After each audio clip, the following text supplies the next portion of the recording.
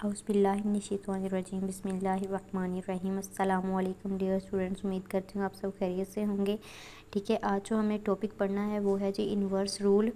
कि inverse rule क्या होता है और किसी मैट्रिक्स पे इसको कैसे अप्लाई करते हैं। ठीक है, ये मेरे पास 2 इक्वेशंस हैं जिनको मैंने लिखा हुआ है। सबसे पहले तो इक्वेशंस को हम लोग जो है सिंपल फॉर्म में लेकर आएंगे, यानी इसकी जो है कोफिशिएंट मैट्रिक्स फॉर्म में लिखेंगे। ठीक है,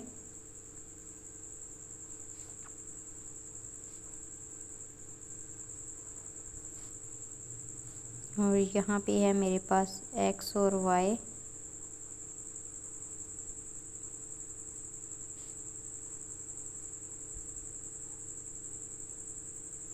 ये है मेरे पास एक कांस्टेंट। अब जो मेरे पास पहला मैट्रिक्स है, ठीक है, ये जो पहला मैट्रिक्स है इसको मैं नेम देती हूँ ए का। ये जो मैट्रिक्स एक्स वाई है उसको एक वेरिएबल एक्स का नाम दे देते हैं, और ये जो कांस्टेंट मैट्रिक्स है इसको दे देते हैं बी का नाम। ठीक है, तो मुझे यहाँ पे x चाहिए। ठीक है, यानी मेरे पास ये भी वैल्यूज़ फाइंड है, ये भी फाइंड है। मुझे क्या तलाश करना है, मुझे x और y दोनों की कीमतें मालूम करनी है। तो इसको जो मैं है एक साइड पे रहने देती हूँ। जब a जो है इधर से इधर जाएगा, मतलब ये a इसके साथ मल्टीप्लाई हो रहा है x के साथ। ठीक है, जब उधर जाएगा तो ये डिवाइड हो जाएगा। ऐसे ही है, जब कोई चीज़ डिवाइड हो रही हो, यानी 1/2 हमारे पास इस तरह से हो, तो हम इसको लिख लेते हैं 2 की पावर -1। बिल्कुल ऐसे ही हम इसको लिखेंगे a की पावर -1 और b। ठीक हो गया। अब ये जो a की पावर -1 आया है, इसका मतलब है a का इन्वर्स है और उसको मल्टीप्लाई करना है b के साथ। अब मेरे पास एक मैट्रिक्स a आ चुका है, b ये है और x ये है। ठीक है, मैंने वही x को लिखा रहने दिया। अब क्या जी, मुझे फाइंड करना है ए इन्वर्स बी। तो उसके लिए सबसे पहले मैं ए इन्वर्स निकालूंगी। ए इन्वर्स क्या होता है? ए इन्वर्स होता है एडज्वाइंट ए बटा ए डिटर्मिनेंट। ये मैंने आप सपोज कर ले बस एक सिंपल फार्मूला लिखा है जिसको आपने इसको बिल्कुल नहीं छेड़ना। ठीक है, अब यहाँ पे हम लोग आते हैं ए इन्वर्स। ठीक है, ए मैट्रिक्स है मेरे पास, इन्वर्स क्या है, इस मैट्रिक्स का एडजॉइंट लिखें। एडजॉइंट अब क्या होता है कि जी डायगोनल एंट्रीज़ को चेंज करना है और नॉन डायगोनल एंट्रीज़ के साइन चेंज करने हैं। 1 और 4 को रिप्लेस करना है। तो यहाँ पे आ गया 1 और ये हो गया 4, -2 था ये +2 हो गया, और ये 3 है तो ये -3 हो गया। ठीक है, ये हमारे पास आ गया एडजॉइंट, और नीचे हमारे पास है इसका डिटर्मिनेंट। ये मैंने लिखा मैट्रिक्स 4 -2 3 एंड 1। ठीक है, इसका लिया डिटर्मिनेंट। और यहाँ पे मेरे पास एक मैट्रिक्स बी मौजूद है। ठीक है, ये बी मैट्रिक्स है, इसको हम लोग वैसे लिख लेते हैं। अगर आप लोग चाहें तो आप सिर्फ ए इन्वर्स फाइंड करके उसको एंड में भी बी से मल्टीप्लाई कर सकते हैं। अब एडजॉइंट को वैसे लिख दें। ठीक है, उसके नीचे डिटर्मिनेंट। हाँ जी, डिटर्मिनेंट कैसे ख़त्म करते हैं, 4 1 इज़ 4 -3 2 द -6। ठीक है, माइनस डिटर्मिनेंट का। तो यहाँ पे हमारे पास ये स्टेप बन जाएगा 1 2 -3 एंड 4, और ये आ गया 4 + 6 10। ठीक है, 1 2 -3 4, और यहाँ पे है 1/10। ये कैसे हुआ है, जब हमारे पास एक चीज़ इस तरह से है, यानी 2/3 एक हमारे पास वैसे एक वैल्यू है। हम लोग इसको इस तरह से लिख सकते हैं ना, 1/2 ज़रब 1/3 ज़रब 2। तो जब 2 1 के साथ 1 के साथ 2 के नीचे क्या है, 1 है। जब ऊपर वाले से नीचे वाले ज़रब होंगे, 2 1 2 और 3 1 3। ठीक है, जब किसी नंबर के नीचे कुछ भी नहीं होता मतलब वहाँ पे 1 मौजूद होता है। ठीक है, तो यहाँ पे हमारे पास वही चीज़ हुई है कि हमने इसको अलहदा कर दिया और इसको 1/10 कर दिया। ठीक है, यहाँ पे हमारे पास बी मैट्रिक्स मौजूद है। जब इसको इस वैल्यू से डिवाइड करेंगे तभी हमारे पास जो है इसका आएगा इन्वर्स। ठीक है,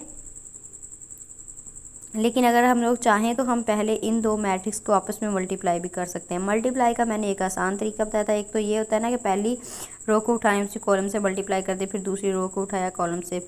एक दूसरा तरीका क्या है, पहला कॉलम लिखें और यहाँ से पहला नंबर लिखें, बाद में लगाएं दोनों में जमा। अब फिर से दूसरा कॉलम लिखें और दूसरा नंबर। अब इसको हम लोग चेक कर लेते हैं। 1 2 8 -4 1 8 2 एंड -4 -3 और 8 4 एंड -4। ठीक है, 8 1 इज़ 8 4 2s आर -8 यानी प्लस माइनस माइनस 4 to 8।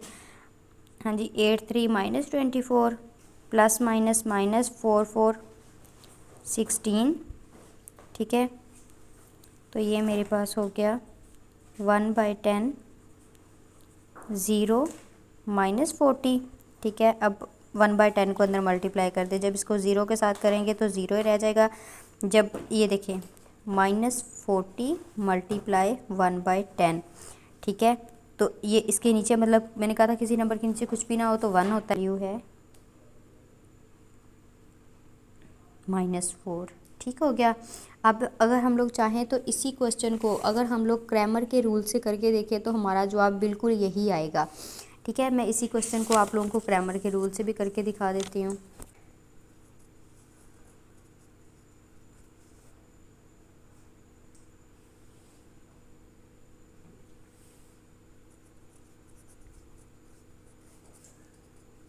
ठीक है, अब हमने इस क्वेश्चन को करना है क्रैमर रूल से।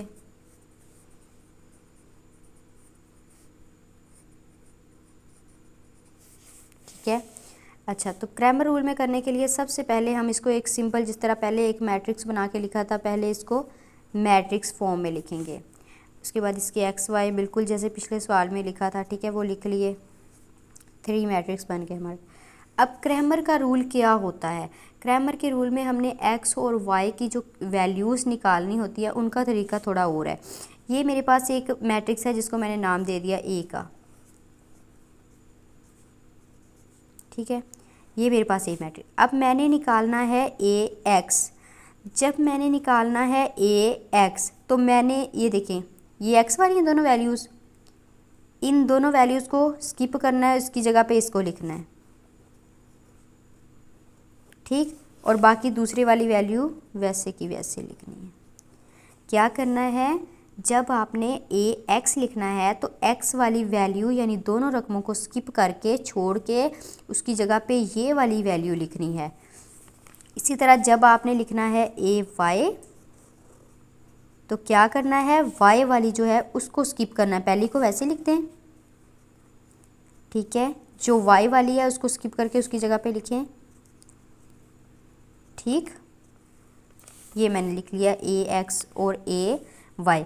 अब क्या है जी, एक्स जो हमने मालूम करना है क्रैमर के रूल से, उसका फार्मूला है ए एक्स का डिटर्मिनेंट बटा ए का डिटर्मिनेंट, और जो मैंने मालूम करना वाई वो है ए वाई का डिटर्मिनेंट बटा ए का डिटर्मिनेंट।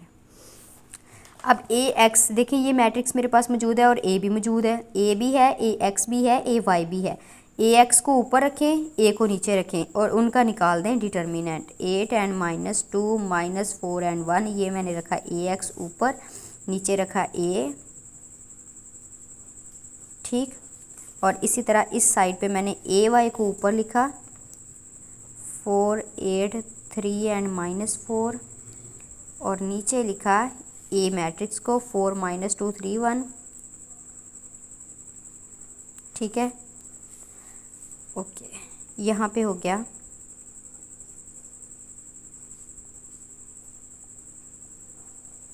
इसको जो है पिछले क्वेश्चन में मैंने डिटेल से नहीं करवाया था, लेकिन यहाँ पे करवा रही हूँ। ठीक है, ताकि गलती की कोई गुंजाइश ना हो। 8 1 8 माइनस माइनस जमा, जमा minus minus, 4 2 8, 4 1 4 minus minus plus, 3 2 6। 8 में से 8 निकाले 0, 0 बटा 10। किसी भी नंबर को जब ज़ीरो को अंदर रख किसी भी नंबर पर डिवाइड करेंगे तो जवाब 0 ही आता है। ठीक है, इस चीज़ को, सिर्फ एक चीज़ को हम लोग पहले देख लेते हैं। मैंने क्या किया, एक इक्वेशन थी चलिए इसको दोबारा से रिपीट करते हैं। पहले उतनी देर हम लोग इसको भी जो है कंफर्म कर लें। 4 एंड -4 4 4 -16, क्योंकि ये जमा का है, ये माइनस का है, जमा माइनस माइनस। यहाँ पे लगा डिटर्मिनेंट का -8 3 24 बटा 4 1 4 माइनस लगा डिटर्मिनेंट का और एक माइनस ये है, माइनस माइनस जमा 3 2 6। ठीक है, ये हो गया। 24 में 16 जमा करें तो -40। वैसे तो माइनस माइनस प्लस हुआ तो ये 40 बन गया, लेकिन बड़ी रकम 24 थी, 24 के साथ माइनस था, इसलिए यहाँ पे माइनस आया। 6 4 10। अब इसको काट लें, 10 4 40 -4। देखें ये आ गई x की वैल्यू और ये आ गई y की वैल्यू।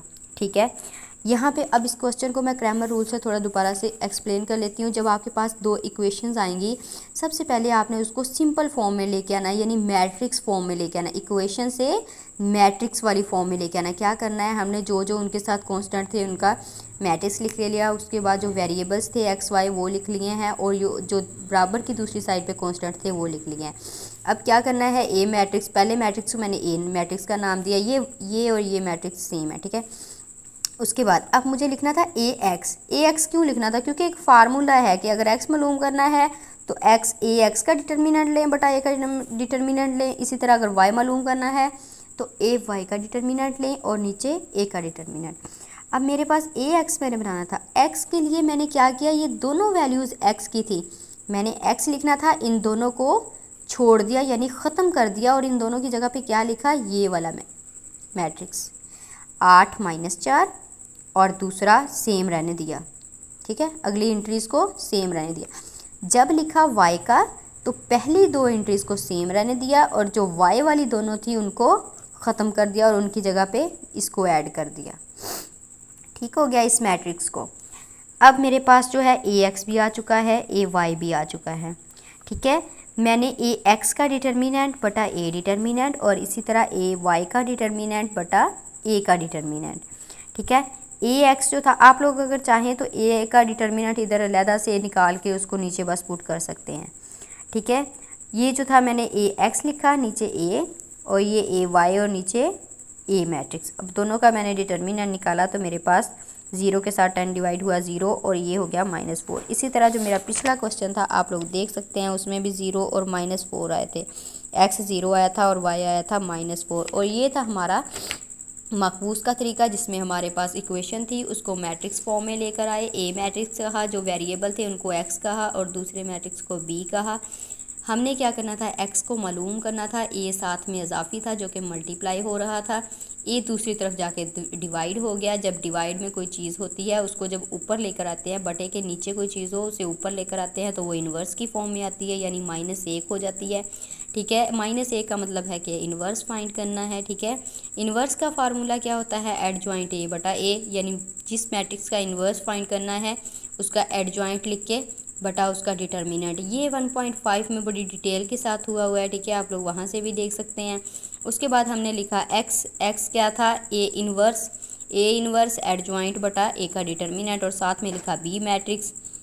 ये मैंने यहाँ पे एडजॉइंट निकाला हुआ था, लिखा है उसको, और नीचे लिखा उसका डिटर्मिनेंट। ठीक है, तो मेरे पास आ गया मैट्रिक्स भी लिखते हैं 8 एंड -4, ताकि यहाँ पे ये स्किप ना हो, 8 एंड -4। ठीक है, अब यहाँ पे मेरे पास देखें, ये मैंने निकाला और ये आपका डिटर्मिनेंट लिखा गया और ये मैट्रिक्स वैसे का वैसे ही। अब हमने किया मल्टीप्लाई।